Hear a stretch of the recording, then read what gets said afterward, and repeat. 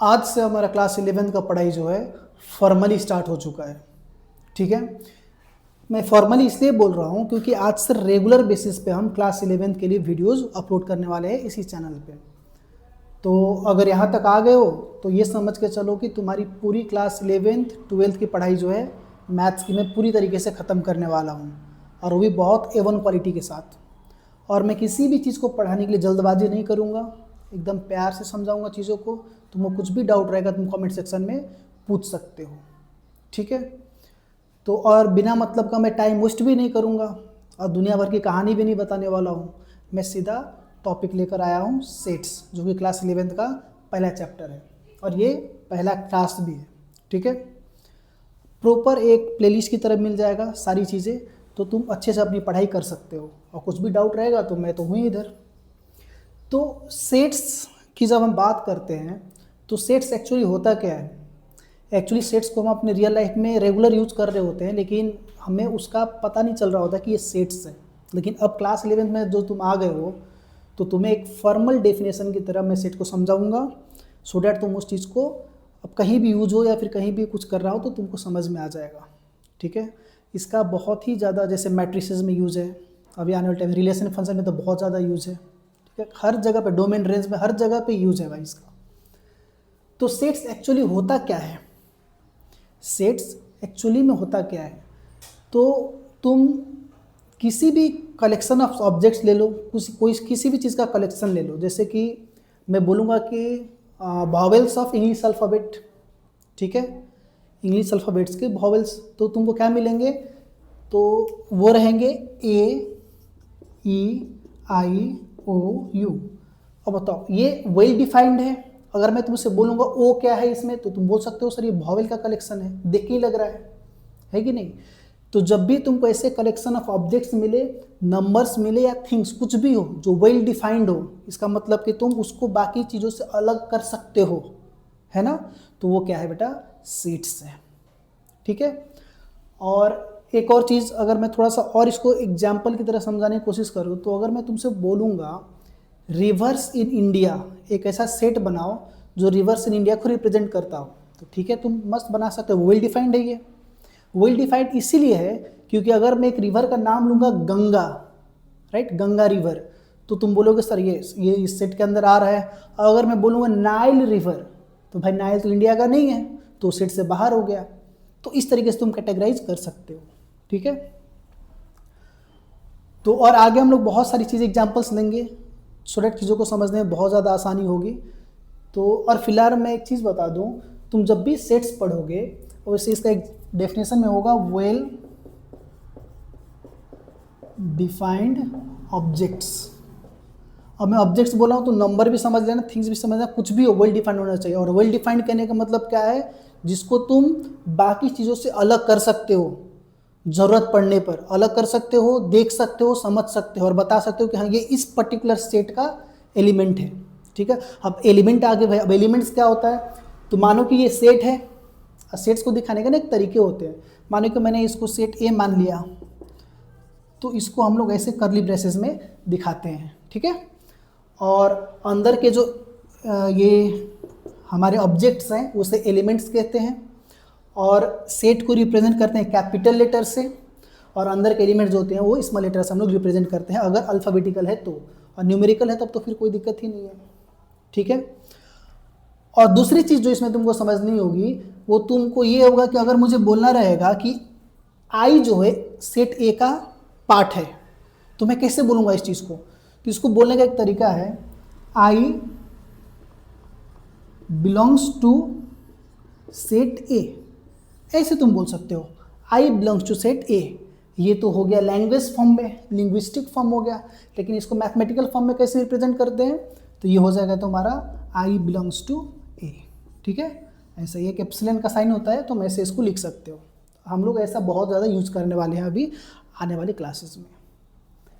ठीक है, चलो ये तो हो गया। और एक और चीज़, जब भी तुम सेट पढ़ते हो तो सेट को ना रिप्रेजेंट करने के तुम्हारे पास अलग अलग तरीके हैं, राइट?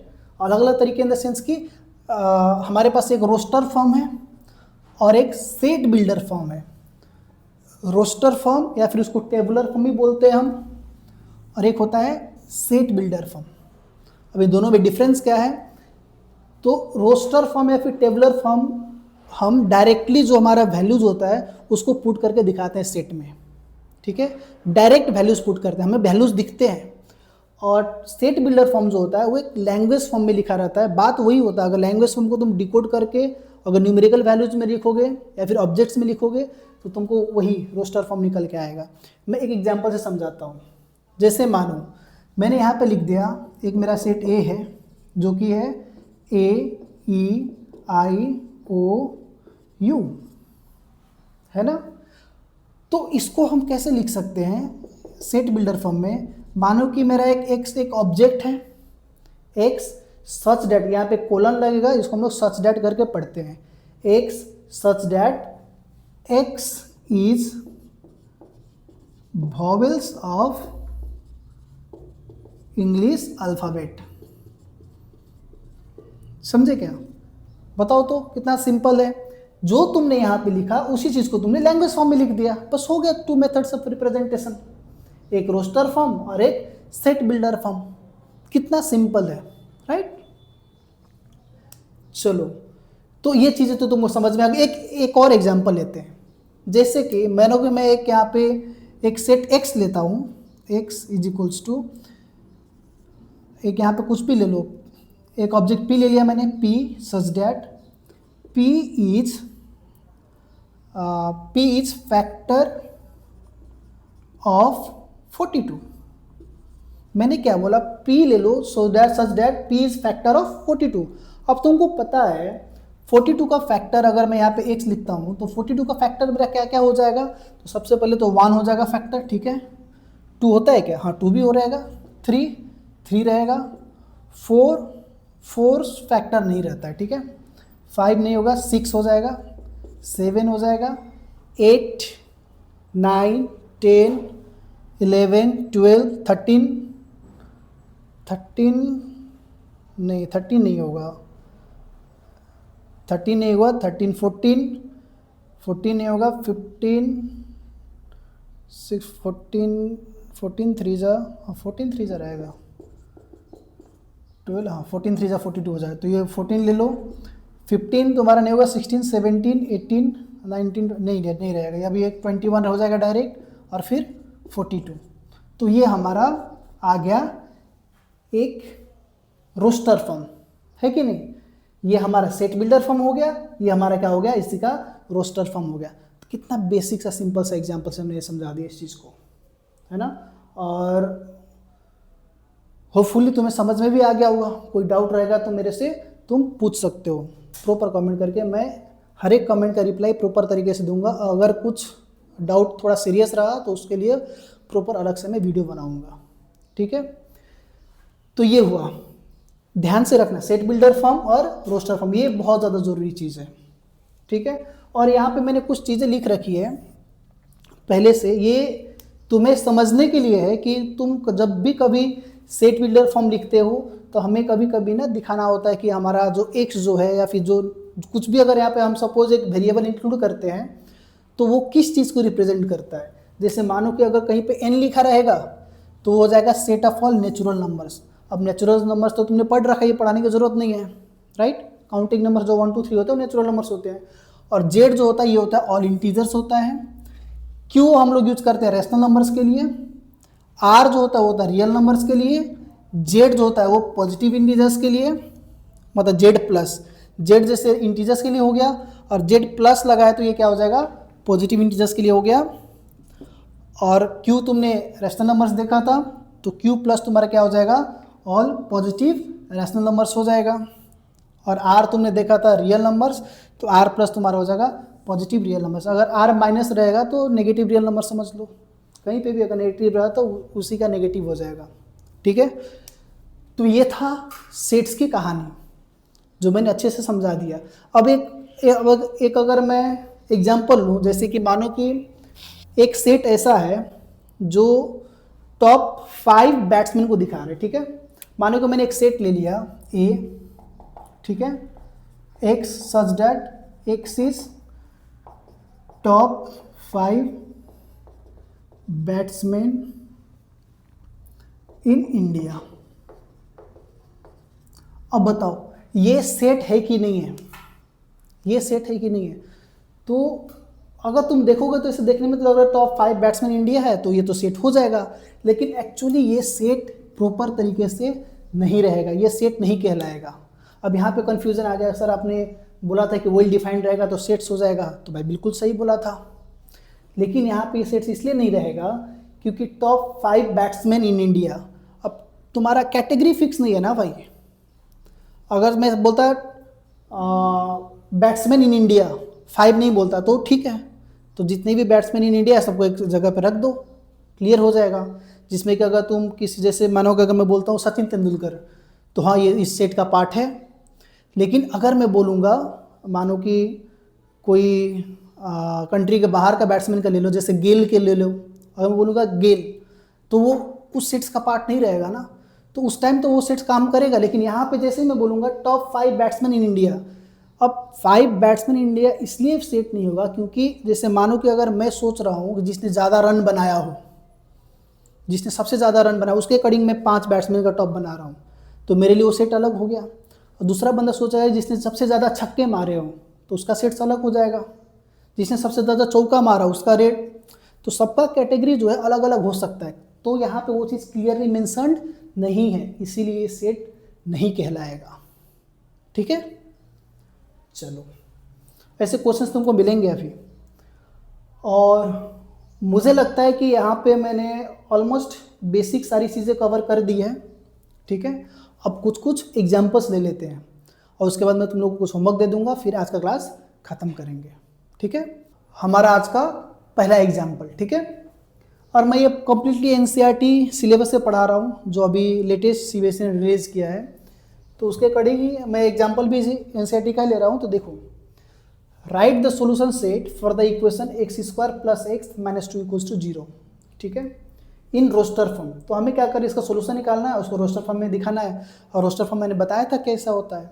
ठीक है, तो यहाँ पे कैसे लिखोगे इसको, given x square plus x minus 2 equals to 0, है ना।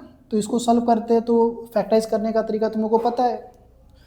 तो क्या हो जाएगा, एक्स स्क्वायर, ये हो जाएगा तुम्हारा plus 2x minus x minus 2 equals to 0। अभी मैंने कैसे किया ये तुमको समझ में आ रहा होगा। यहाँ से x कॉमन ले लेंगे तो x प्लस 2 रहा, यहाँ से माइनस 1 कॉमन ले लेंगे तो x प्लस 2 हो गया इक्वल्स टू 0। तो ये हो जाएगा x plus 2 equals to 0, x plus 2 और फिर x minus 1 equals to 0। Therefore x is equals to minus 2 and 1। यहाँ से x का वैल्यू क्या, माइनस 2 और 1 आ गया। तो क्या लिख सकते हो, hence the solution of the given equation is, given equation is, ऐसे लिख दो, माइनस 2, 1 हो गया। ये क्या है, रोस्टर फॉर्म नहीं दिख रहा है, टेबुलर फॉर्म, बस इतना सा करना था, ये क्वेश्चन खत्म हो गई। ठीक है, अब 2-3 एग्जाम्पल और है, फटाफट ले लेता। अब एग्जाम्पल 2 ले लो कि right the set x such that x is a positive integer and x square is less than 40। तुम x कैसे कलेक्शन बताओ जिसका स्क्वायर करने पे वो 40 से छोटा होता हो और वो क्या होना चाहिए, पॉजिटिव होना चाहिए। ठीक है, तो गिवन हमारे पास क्या गिवन है जी, x square is less than 40। Therefore, और यहाँ पे एक चीज़ और कर सकते हो, x इज पॉजिटिव इंटीजर। तो तुम क्या लिख सकते हो, therefore x is equals to 1 का स्क्वायर 40 से छोटा होता है, 2 का भी होता है, 3 का भी होता है, 4 का भी होता है, 5 का भी होता है, 6 का भी होता है, क्योंकि 6 का स्क्वायर 36। अब जैसे 7 पे जाओगे तो 7 का स्क्वायर हो जाता है 49, जो कि कंडीशन को सेटिस्फाई नहीं कर रहा है, तो ये नहीं होगा। इसका मतलब कि हमारा सोल्यूशन जो है ये हो गया। अब इसको रोस्टर फॉर्म में दिखाना है, राइट। तो रोस्टर फॉर्म में तुम कैसे दिखा सकते हो, द रिक्वायर्ड नंबर्स आर, कैसे लिख सकते, ऐसे लिख दो 1 2 3 4 5 6, हो गया। कितना सिंपल है भाई, लिख दिया मैंने रोस्टर फॉर्म में या फिर टेबुलर फॉर्म में, बात खत्म। अब फटाफट एग्जांपल 3 ले लेते हैं। अब हमारे पास एग्जांपल 3 जो है वो क्या बोल रहा है कि एक कलेक्शन दिया हुआ है रोस्टर फॉर्म में, इसको सेट बिल्डर फॉर्म में लिखना है। अब जब तुम कलेक्शन को देखते हो ना जी, तो तुमको क्या दिख रहा है, 1 दिख रहा है, 4, 9, 16, 20, तो मुझे ना स्क्वायर ऑफ नेचुरल नंबर दिख रहा है। 1 का स्क्वायर 1, 2 का स्क्वायर 4, 3 का स्क्वायर 9, 4 का 16, 5 का 25, तो 6 का 30 ऐसे आएगा। तो इसको मैं सिंपली क्या लिख सकता हूँ, सॉल्यूशन करके सीधा सीधा लिख दो, A is equals to the required roster form. थोड़ा लैंग्वेज लिखते हैं ना sir, the required set builder form. थोड़ा लैंग्वेज लिखने पे ना इंप्रेशन अच्छा पड़ता है, ठीक है। देखो तो A इज इक्वल्स टू क्या हो जाएगा, मानो कि x such that x is square of natural numbers.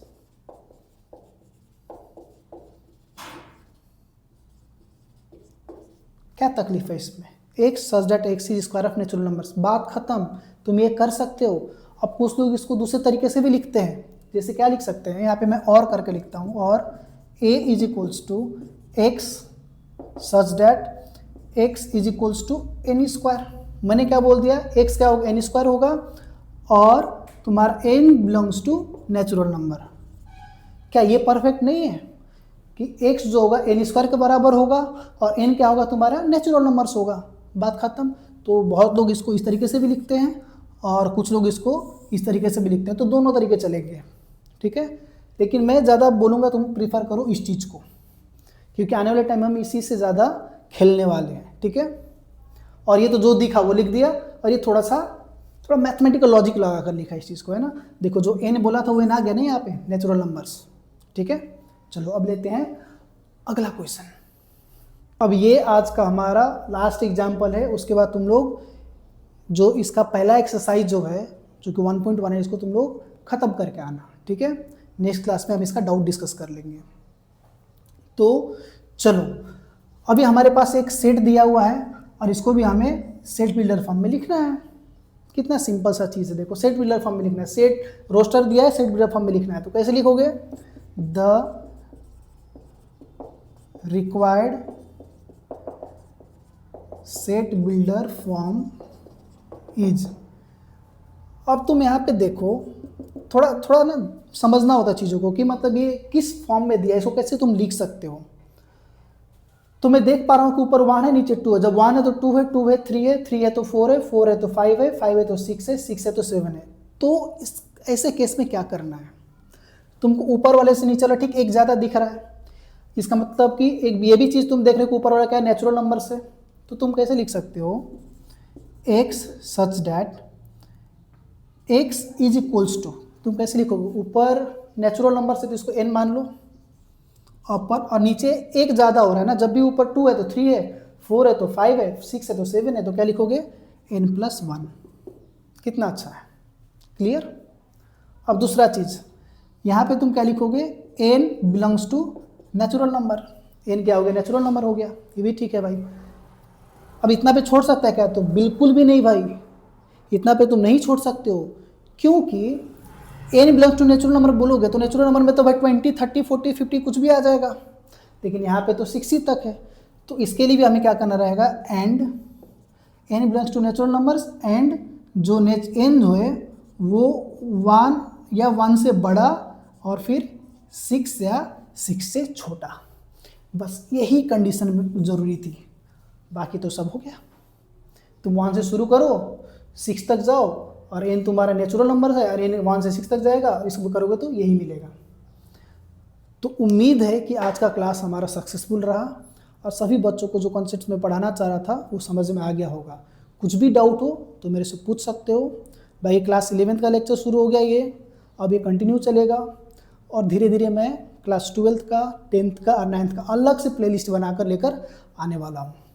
So that मैं मेरी कोशिश ये है कि मैं जितने भी बच्चों को ज़्यादा से ज़्यादा हेल्प कर पाऊँ, खास करके मैथमेटिक्स जैसे टफ सब्जेक्ट में, ठीक है।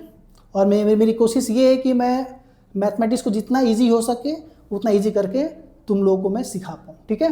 तो मिलते हैं अगले क्लास में। होमवर्क क्या है, एक्सरसाइज 1.1 ख़त्म करके आना है।